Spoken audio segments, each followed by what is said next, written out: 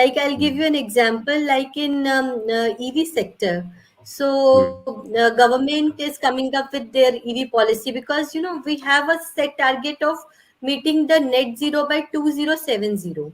So we cannot mm, achieve that target in one day. There has to be some defined pathways through which we can achieve those targets. So there are mm, different government guidelines, like by 2030 we will be 50% renewable, and by mm, 2050 this will be our target, so that we can be net zero by 2070. Now, to be mm, net zero by 2070 and 50% renewable by 2030, there are six parameters which have been defined by the government. One of them mm, is decarbonization of transport sector. So EV is an important part. EV, biofuel, green hydrogen, all these are renewable resources. So they can help mm, the environment to be decarbonized. So in Department of Science and Technology, we have an EV division who is working on development of guidelines.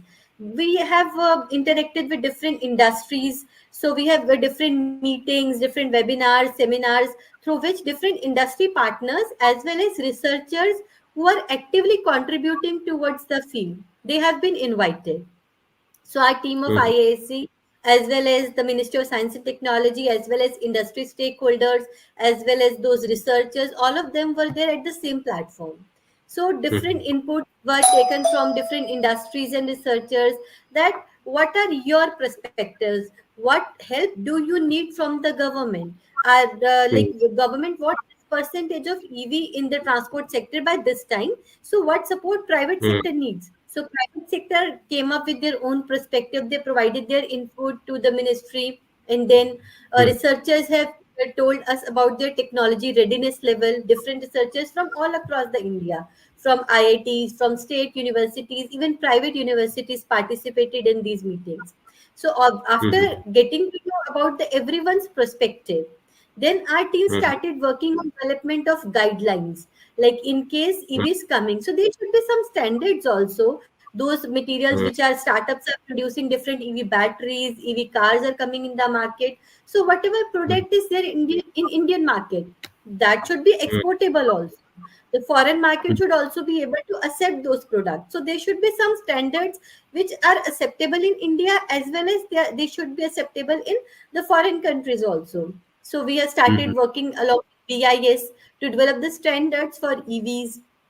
Then there is one team who is working on EV, also is divided into further different segments. Like one of the segment was standardization. Then second segment was to develop the more of the give impetus to the innovative technologies, to give focus to new technologies. Like in market, we have most of the batteries which are lithium ion batteries. So many of the materials which are used in EV batteries, many of them are critical. They are not available in India, as well as, and they are available only in a few limited countries. So for those resources, mm, we will be dependent on the foreign countries only. So we have given the mm, impetus to non-lithium ion batteries, to supply of the to provide the funding to those researchers who want to develop those mm, batteries at lower TRL level, and then industry can collaborate with those researchers to scale up those technologies, so that that battery can come to the market.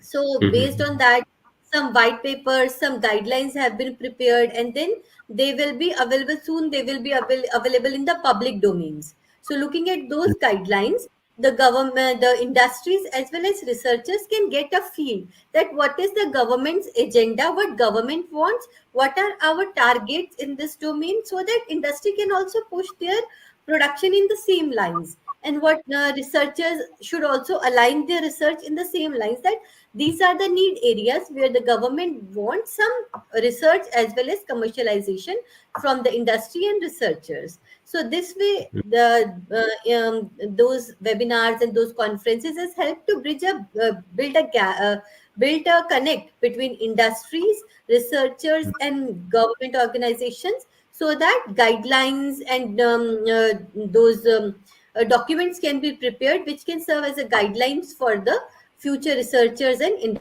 industries and startups, entrepreneurs. So they can get to know, they can get a feel that yes, there is a lot of demand in this area.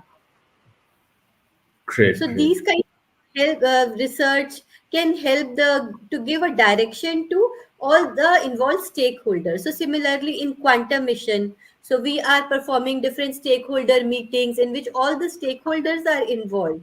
So based on, because government cannot set a target randomly that yes we will achieve this much of the technology level in 5 years. We cannot say randomly. So we have to Hmm. involve all the stakeholders, all researchers, all industries who are active in those areas. They can provide inputs to government that by this time we will be able to achieve this much, so that helps us to set some kind of national targets.